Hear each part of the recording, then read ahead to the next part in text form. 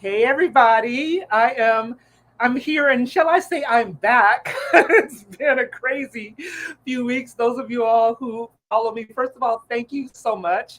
And I hope you missed me because I missed you. I've been out last I think was the 26th of September. Our lives kind of got completely turned around, and so I have not been here since then. And I'm happy to be back. If you're wondering where I've been, just check my profile. You'll see all the craziness that's been happening. And if you're wondering, my husband is improving. He is healing. It has not been an easy journey, but we're on the journey nonetheless. So today I have somebody amazing that I am going to introduce to some and present to others. But before we get there, I just want to make sure you all know that this particular stream is being sponsored by the Premium Sales Intensive by none other than myself. And this intensive is a 12-week program specifically designed for coaches, consultants, and agency owners. And the whole goal is to help you all to fall in love with sales. I'll give you all the particulars if you're interested. You can go to tishtimes.com to learn a little bit more about it. And if it's something that speaks to you and you're just like, I am hovering around this six-figure mark and I need to get to seven, or I'm kind of stalled, let's chat about it. You can again find me at tishtimes.com and get all of the details there. But the reason we're here today, and I'm always excited, I love all of our guests, but this particular lady, and I'm like pointing to her like you can see me, is she's a dear friend of mine. And I mean it. We talk often throughout the week, and it is such a pleasure to have this conversation with you. This is my friend, and I'm saying she's my friend, but let me tell you who she really is. Melanie Benson is the Authority Amplifier and Possibility Igniter for expertpreneurs. She shows you how to create $1 million visibility. And look, she is the absolute best. Since 2000, look, that's like 23 years, y'all. She's been doing this for a long time. She has have proven track record of accelerating results for her clients. And it's not uncommon to 2.5%, 2 to 5 times revenue increase in the first 6 months. This is something you need to know because I don't want you to do it right now, but I do want you to do it as soon as we finish this conversation. Go and download her podcast. She is the host of the top 1.5% in the whole world, right? Podcast. Her podcast is called Amplify Your Success, and she's the co-host of Next Level Influence, and she is the author of Rewired for Wealth and Entrepreneur.com's Startup Guide to Starting an Information Marketing Business. She's been featured in Authority Magazine, Bloomberg Business Week, Women's Day, Parenting, and I promise you a whole lot of other places because that's just who she is. Welcome, Melanie. And if I missed anything or if there's anything else you want to share with our audience, please go ahead and tell us a little bit more about yourself if you'd like to. Oh, I think you covered it very nicely. I always feel like I always get like, oh my God, there's all the stuff, but the Yeah. important part is you're such an amazing friend, and we get to co-create something extraordinary today because I firmly believe that there's nothing more powerful than two very passionate, very insightful people co-creating a conversation about something like sales. Ooh, I love it. Well, I really, and sometimes, just for the sake of time, when someone sends me a bio, sometimes it's like, I'm going to get the highlights. I wanted to read every bit of that because I want people to know that you are the person that is the expert in this area as it pertains to authority and really developing that expert positioning. And so, my first question for you is, what is the value of visibility and as it pertains to being able to be perceived as an expert, to be able to close more sales? What's your thought around this? And we'd like to hear it all. Yeah. Well, I have a little saying that they can't hire you unless they can see you. Mm, Okay. write And it down her. everything I teach is from my own school of hard knocks or good results, depending on which side of the the pendulum that one swung. And I learned very quickly. I started my business, you mentioned 23 years ago, And back then, I had a different problem than we have now as a new coach. I was like, oh, nobody really gets why coaching is valuable. Right now, you can't throw a stone and not hit 25 coaches, right? But that's such a weird analogy. I'll I have to find a know. better one. Right now, every time you open your Facebook, you see like There you go. 25 That's coaches. better. That's better.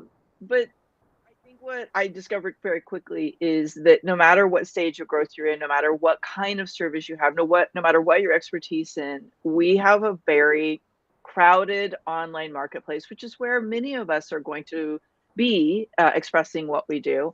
And visibility gives you a competitive advantage when people understand what you are, what your specialty is, like what are you known for, Yeah. how you're going to solve their problem or someone they know's problem, and why you over like the 25 or 250 or 2000 other people that have a message that could be construed as same.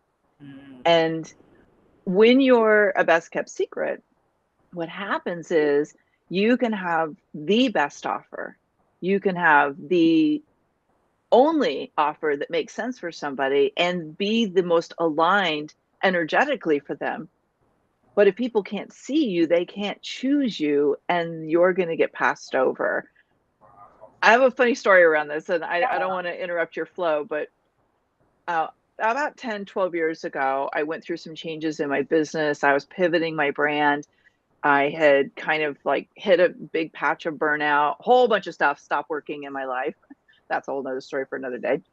But as I was kind of rolling out this new direction, I literally went from feeling like I was the only authority in my space with a waiting list of clients, and I was being asked to speak all over the world all the time, and I couldn't keep up with everything, to feeling invisible and like there was just crickets. Now, granted, we had a really big financial market crash and there was a lot of stuff that was happening, but I sat there and I thought, wow, this is fascinating. I went from being in demand to being a best kept secret, and what changed? And what had changed was me, my message, my brand, what people knew me for. And so I thought, well, if I could do it once, like if I could build my business and my brand and create a multiple 6 and 7 figure empire around that, I can do it again. Yeah. And what I discovered is there is a set of steps that every single expert can follow, that no matter where you're at, no matter what your message is, if you follow the steps, you can accelerate what your authority is and what people know you for, and Mm. stop feeling like a best kept secret and start feeling like you are like having this $1 million visibility that draws people in and makes them curious, and either going to book you to speak or going to ask to interview you, and hopefully the key end result is they want to hire you. Good gracious. So I would dare say people at the level that we're talking about that are, they're successful in business, they're doing their thing. I would say at some point in their mind, and I should say our mind, myself included, we know how important it is to have this high level visibility. What do Mhm. you think it is that holds people back or causes, let me Mhm. say it this way, causes us to hold ourselves back when we know that it's important to have that level of visibility? Yeah. And, can I just differentiate something for a second too Sure. before I lean into that? There's a difference between being visible and $1 million visibility, Ooh, I love right? that you Okay. said that. So Okay. we've all heard we need to be more visible, but what I see a lot of people doing, and this is part of the problem you said, is like they're just chasing visibility for the sake of being seen, but it's not strategic, it's not monetizable, and it's not leading them to results. And so they end up spending all this time in the busyness of being visible. They're doing Facebook Lives, they're doing TikTok videos, they're Yeah. producing a podcast, they're guesting maybe on other people's shows, they're on stages all over the world. And then they end up coming to me and they say, Melanie, like this is taking me a lot of time, money, and energy, but I'm not seeing results. Like, what am I missing? And I'm like, there's no strategy. You're not really dialed in. It's Mm, not optimized. And yeah. an optimized visibility strategy is what leads you to $1 million visibility, because the visibility that you're creating and efforting around should A, lead to exponential visibility opportunities, Yeah. B, strategic partnerships that are filling your business with qualified, motivated buyers. C, direct to buyers, that you should have that visibility so enticing, so magnetic, so empowering that people are like, yeah, you literally just hit the nail on the head. How can I work with you? So I just wanted to paint that picture, that distinction, because I think people don't understand the quality of visibility matters. Now, why are they like not more visible? I had an interesting conversation with somebody the other day, and they were telling me that they were just on the edge of making $1 million, and yet they felt like it was so hard to keep the leads coming in. And when I looked at, because oftentimes I'll audit what their visibility strategy is, and I really didn't get from what they did what they do. Like what they were putting up was a lot, but I'm like, this doesn't paint a picture for me. Right. So I think that sometimes busy entrepreneurs, they have like stuff, like there's stuff, like we're filling the space where we've heard we need content, and it's just stuff, but it's not optimized. There's no clear storyline, there's no brand positioning, there's no congruence in messaging. I'm currently working with a woman, and she's a very successful business owner. She actually runs 4 businesses, and I do a lot of consulting and coaching with her organization to optimize everything they do. And one of the things we had to focus on is your visibility is not showcasing why people want to choose you. So we want to optimize, not just be busy producing results. And there's a second thing, and this surprises me, but it doesn't shock me. And I think if we tell ourselves the truth and we're really honest, I think all of us have hit this inside of ourselves. There are a lot of people, because they haven't dialed in what I would call a magnetic message in their visibility effort. They're not seeing results. They're getting crickets. They're like, I just was on this high profile podcast. I spent $2,000 or $5,000, or it was free, whatever it was. I got nothing. And I would look at what their topic was, and I'm like, oh yeah, I see why. And that is, they're not optimized for that visibility. And so oftentimes I think sometimes it's messaging, sometimes it's being busy doing the wrong things, and a lot of times we're still dealing with fraud syndrome. We're still bumping up against feeling like an imposter. I have a client who multiple 6 figures, very successful in his micro niche, well known, has client referrals out the wazoo, and yet he felt like an imposter. Wow. And it was just simply because he didn't know how to showcase what he was doing in a way that he was like, yeah, that is my magic. That is my superpower. He always felt like he had to be a different version of himself. And I think many of us see what other people are doing and think, how do I do that? Yeah, for sure. That's not me. Wow. We have to amplify you. I love that. And you have so many just nuggets in all what you just said right now. So being visible is not enough. You know, being in all the places, on all the stages, on all the podcasts, all the things that we generally think I should be making millions by now with all the work I'm doing. But you're saying it has to be strategic. It has to be optimized. So what I hear you saying is that those of us who are really aspiring to that next level probably need someone like you to help us to develop that strategy so that we're not spinning our wheels and wasting our time. Because I've been there. I've been there where I was like, I mean, literally on an airplane every other week, all over the place. And it just got exhausting because I'm like, you know what? If I'm doing all this, I should be making a whole lot more money. And I'm just over it. So I hear what you're saying. And the other thing that I think is really powerful about what you said is that even when we're in that great place and we're having these tremendous wins, sometimes our head trash gets in the way. Can you talk a little bit more about that? Because I think that's the reason, even when we are doing all the things or whatever, some of us hesitate to do some of those things for that very same reason. Why do you think that is? And what's been your experience with helping people to get past that? You know, I think the more successful we are, we we kind of lock in to the way we get there, right? Like, this is working. I don't want to have to mess up my machine. Like, I Yeah. got a system that works. And so I guess one thing to keep in mind is sometimes tiny tweaks swing huge doors open. Mm. And so, oftentimes it's not like throwing the whole thing out and starting over. It's how do we make tiny adjustments or micro adjustments that really have massive impact to the audience? Yeah. So, imposter syndrome is oftentimes a result, or fraud syndrome, or the stuck energy that comes up, whatever we want to call it. Uh-huh. Deep inside us, we have conflict about what visibility might do.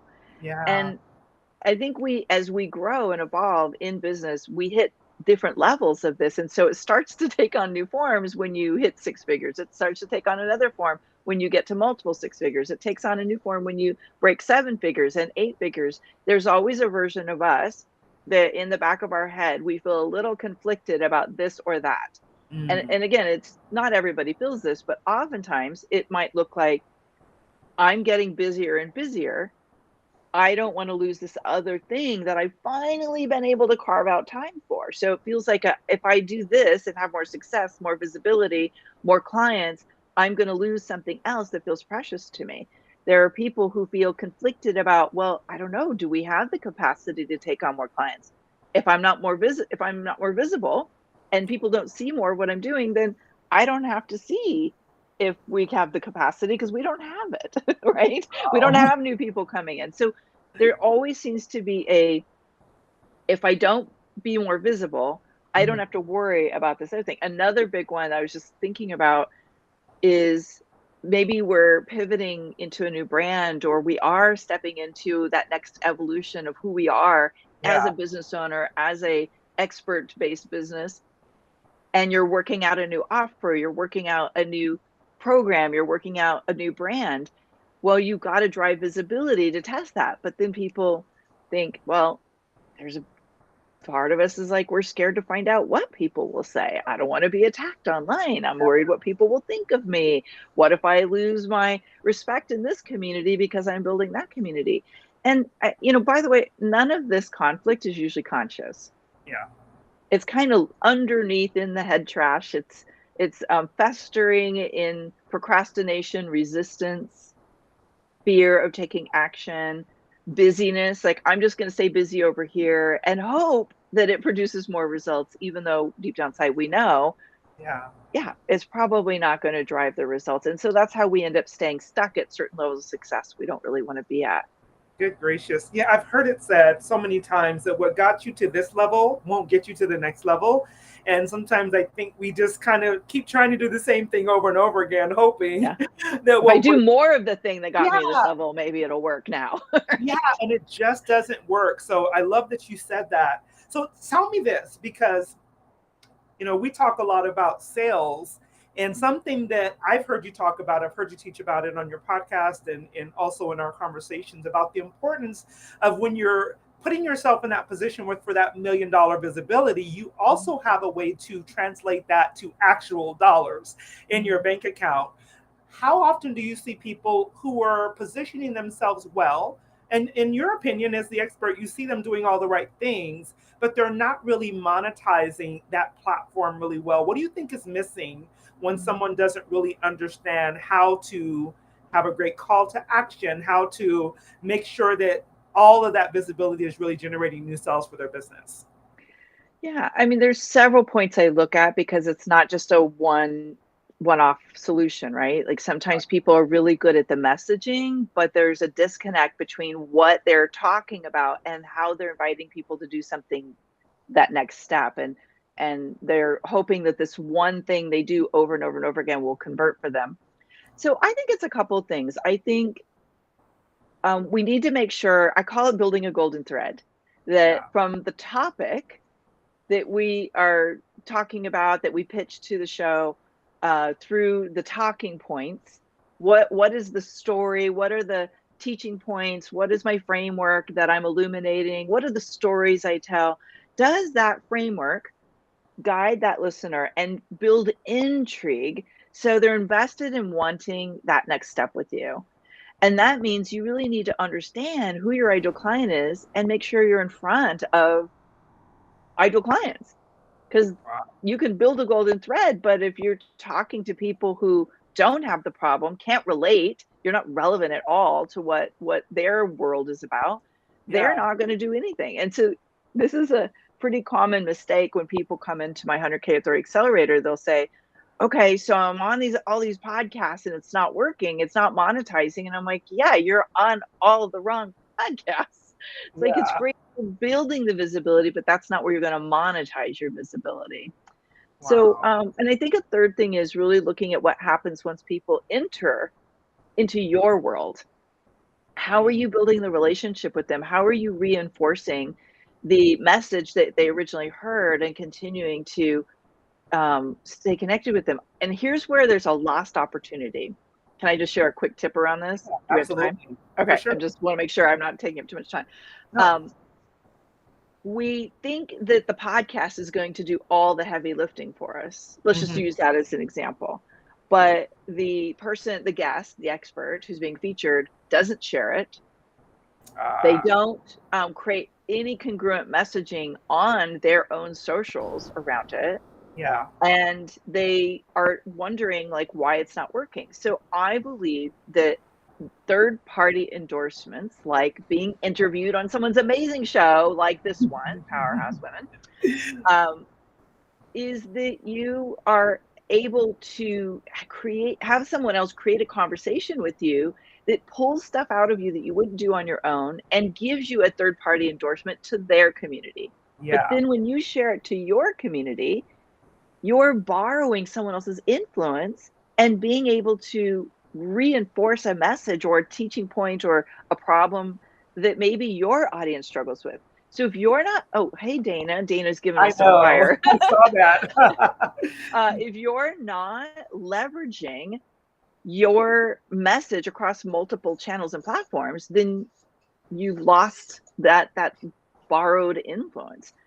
And one more thing, and this has recently become a huge pet peeve for me, is you don't have any social presence that backs up Yeah. what you talk about. Yeah. And I know we all have this love-hate relationship with social. Mhm. Come on, admit it. Like, Yeah. as you're listening in, you kind of feel that way too, right? Like, you know it should be working. It's a lot of work to get it to do anything for Yeah. you. But I promise you, you need to be reinforcing your authority and your message online, because otherwise, when people go to your socials to vet you and continue the relationship, because maybe they're not quite ready to take advantage of your resource, they want to know, is this person really all that? If you don't have a presence that's a congruent message reinforced over and over and over again, it's very easy for them to go, I don't get it. Like, Yeah. there's like a disconnect, and Yeah. a unconscious disconnect creates a buying block. Wow. That is so good. Number one, I've heard it also said that when the mind is confused, it shuts down. So if they're Mhm. thinking they're coming to see this amazing, whatever you call yourself, and then they see your cats all the time, it's great, but it doesn't really reinforce your authority or your business presence. So I love that you said that. Um, there is something that I really want to know. Okay.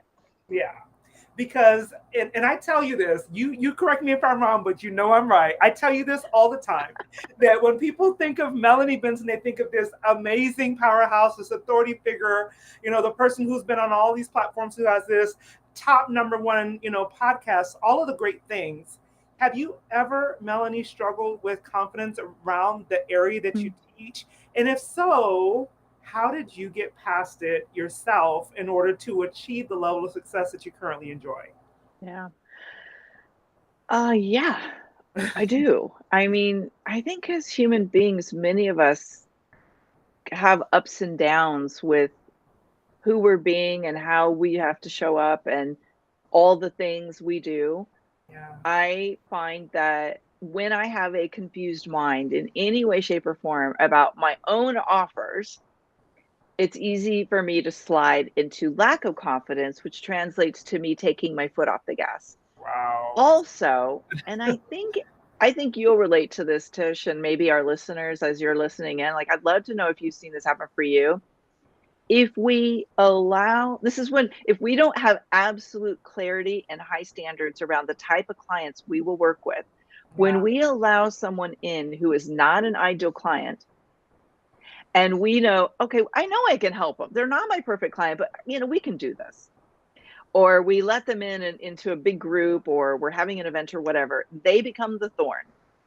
Because inevitably there's something about how they're showing up, how they want to be supported, that's out of sync with when you do your best, your superpower, or the way your programs are organized. And then all of a sudden they're unhappy, you're frustrated, and then you're like, oh my God, why is this not working? And I think it can create seeds of doubt. Now, not everybody. I know people that are Yeah. like, I could care less, right? Yeah. Like, Yeah. I am not steel-hearted that way. Like, I don't, that's not who I am. I care. I Yeah. really commit to my clients getting results.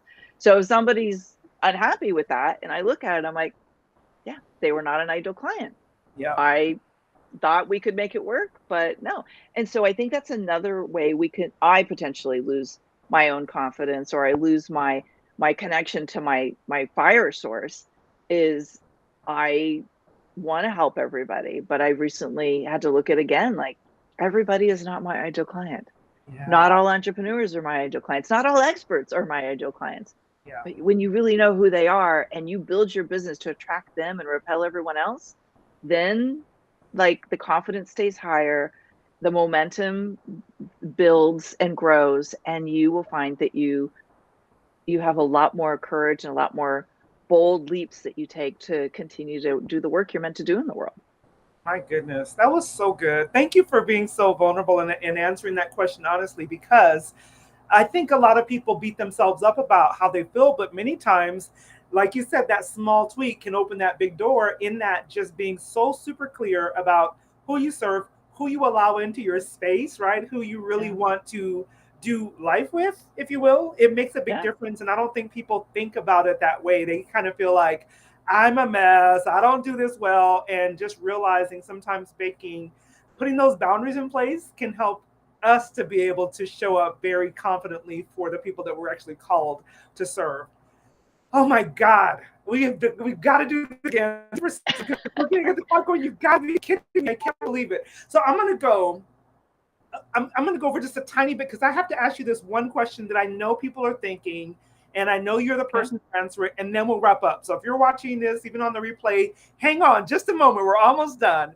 But for those people who are hearing you and saying, "But Melanie, how do I reject, or how do I kindly turn away those opportunities that aren't my ideal opportunities, that aren't going to be a good monetization for my business, are not going to position me well as $1 million authority? How do I say no to those without feeling, Mm, weird and icky, or feeling like I'm, being this kind of like high-minded, I don't, you're too small for me type of thing? How do you deal with yeah. that?" Such a good question. And so let's just say I want to paint the picture of what's possible. Like, when you do this $1 million visibility method and you really get things moving, you're going to get so many opportunities coming your way. I call it like that high class problem of you got way too many Yeah. opportunities than you have time to say yes to. And so you do have to vet things differently. You do have to really look at, like, where's the best place for you to build that presence and be attracting clients. So first of all, you definitely need to ask lots of questions, which I do. I can Mhm. be annoying to the person on the other end because they don't understand Right. that equation yet. When I discover it's probably not a good fit, oftentimes what I'll say is, I am so flattered at the invitation. And as much as I'd love to be able to say yes, I'm not really sure I'm the best fit for your audience at this stage. And I have a couple of experts, like, I'll refer my clients and I'll say, I have a client, or I have someone in my 100K 30 accelerator or whatever that I think would be perfect for you. Would you be open to me making a referral? I So that love I try to help them fill the spot. And I say, would it be okay if we revisit this in 3 to 6 months or something like that? So that's often how I do it. it. Mhm. Um, and so that's on the visibility side. And I'm assuming that's what you meant, not the client side, right? That's correct. Yeah. Exactly. Okay. Yeah. Yeah. I mean, I know myself, I get invited to do certain, podcasts, and I know it's not the right one for me. And Hmm.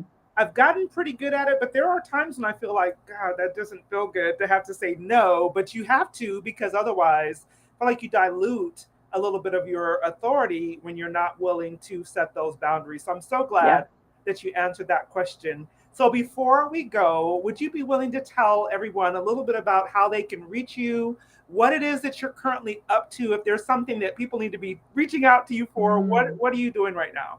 Okay, thank you.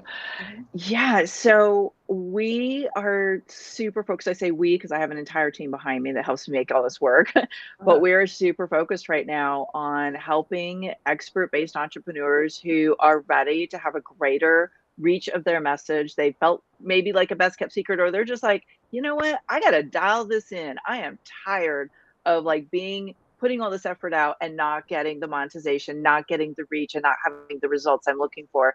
So I have designed this 100K Authority Accelerator to put people through this accelerated process of optimizing each and every piece of their strategy. So they're getting booked on the highest stages and podcasts and shows. They're dialing in their whole visibility strategies so that this machine is just constantly generating leads and clients, but it's also fulfilling for you. Like you are absolutely on fire in your superpower and you're monetizing that superpower. So we dial in the whole process and it's like it's exciting. Like I had two clients yesterday, Tish, tell me, "Oh my god, I did the first step.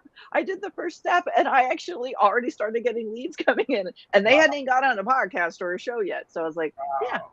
that's That's exciting. I love that." So yes, that's what we're doing. If that's feeling resonant for you, and you're like, yeah, I do feel like a best kept secret, even though I know I'm a bit of a, can I say the word bad? The rest of it, can we say badass? well, you For just the said it. SEC to get us, okay. You've got like massive value and you feel invisible. That would be something we should explore. And one way you could get started, I'd love to connect with you on social, reach out on pretty much any platform. Let me know you saw me here with Tish. I'd love to get to know you better and know what you're doing.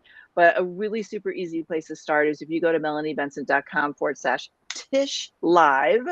Tish Live. Ooh, I have the 7-step framework that I've used over and over and over again to ramp up the revenue and the results in my business, borrowing other people's $1 million visibility streams. And there are several pieces that you even ramp one up, you're going to start seeing results immediately. So if you go to melaniebenson.com/Tish Live, you can download it as a free gift and get that process started for yourself. I love it. I love that I have my own, like, add on there. Yeah. I love that. But Melanie, thank you so much. This has been so much fun and it's been so enlightening. I know to everyone who's listening, myself included, and we'll definitely want to do part two because there are more questions that I did not get to ask you yet. Thanks, So Tish. Thanks for having me. And thank you for tuning in. I know you probably are a powerhouse all on your own and like follow this lady. She's amazing. Do whatever she says. She is a rock star as well. And she has so much value to give you. awesome. Thank you so much. So, for those of you all who have listened and learned something great, make sure you go follow Melanie. Make sure that you download her free gift because I promise you, even if, which I pray you do more, but even if you just get that one thing, your life is going to be changed forever. And if, once again, if you want more information about our premium sales intensive, go to tishtimes.com. You can actually do a sales assessment right on the right hand top. Download your sales assessment, and then we can chat about some things that could be helpful for you to close more sales more consistently and love doing it. We will see you next Thursday with another powerhouse sales story. And have a wonderful day and a great weekend. Bye.